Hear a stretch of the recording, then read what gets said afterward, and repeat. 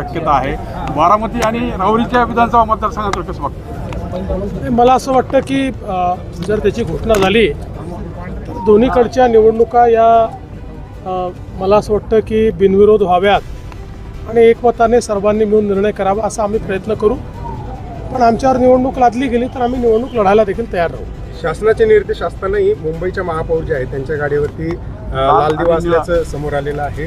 राज्य शासन या संदर्भात चौकशी करणार. मला असं वाटतं मी त्याची माहिती घेतली. लाल दिवा गाडीवर वगैरे नव्हता, पण बॉनेटच्या ठिकाणी त्या ठिकाणी लाल दिवा होता. त्याच्यात काही महापौरांचा दोष नाही आहे. त्या संदर्भात राज्यामध्ये कोणीही लाल दिवे वापरू नयेत हा जुनाच आपला निर्णय आहे. त्यामुळे महापौरांना त्याची कल्पना आहे. मला असं वाटतं की विनाकारण त्यांना टार्गेट करण्याचा प्रयत्न आहे. अशा प्रकारे टार्गेट करणं योग्य नाही. सध्या गॅसचा तुटवडा नाही, इंधन तुटवडा नाही असं म्हटलं जाते. मात्र युद्ध परिस्थिती जर लांबलीच तर काय आव्हान तुमचं नागरिकांना राहील? मला असं वाटतं की नागरिकांनी केंद्र सरकारच्या निर्देशाप्रमाणे वागलं पाहिजे. काही राजकीय पार्ट्या जाणीवपूर्वक नागरिकांमध्ये घबराट तयार करत आहेत. त्याच्यामुळे पॅनिक सिच्युएशन होऊन असलेली चांगली परिस्थिती खराब होण्याची संभावना तयार होते.